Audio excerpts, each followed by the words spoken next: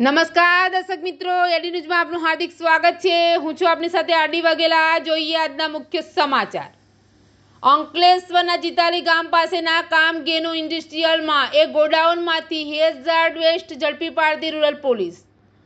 અંકલેશ્વર તાલુકાના જીતાલી ગામ પાસેના કામગેનુ ઇન્ડસ્ટ્રીયલ 4માં પ્લોટ નંબર A15માં આવેલ ગોડાઉનમાંથી રૂરલ પોલીસે અનધિકૃત રીતે સંગ્રહ કરેલ હેઝાર્ડ વેસ્ટ, લિક્વિડ વેસ્ટ અને જ્વલનશીલ મટીરીયલના બેરલો સાથે એક શખ્સની ધરપકડ કરી હતી અને એક શખ્સને વોન્ટેડ જાહેર કરી ₹2,34,000નો મુદ્દામાલ જપ્ત કરી કાયદેસરની કાર્યવાહી હાથ ધરી છે।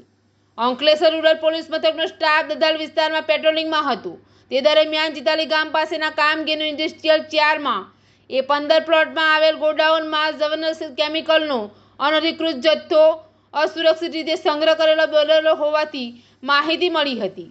જે મળેલી માહિતીના આધારે ગોડાઉનમાં તપાસ કરતા ફાયર સેફટી વિના ડ્રમ અને બેગમાં હેઝાર્ડ વેસ્ટ તથા પ્રવાહી વેસ્ટ અને જ્વલનશીલ મટીરીયલના 43 નંગ બેરલો મળી આવ્યા હતા। પોલીસે ગોડાઉનમાંથી જીતાલીની શિવાલીલા સોસાયટીમાં રહેતા દીપુ મંડલની અટકાયત કરી ₹2,34,000નો મુદ્દામાલ જપ્ત કરી જહાંગીર નામના શખ્સને વોન્ટેડ જાહેર કરી ગુનો નોંધી વધુ તપાસ હાથ ધરી છે।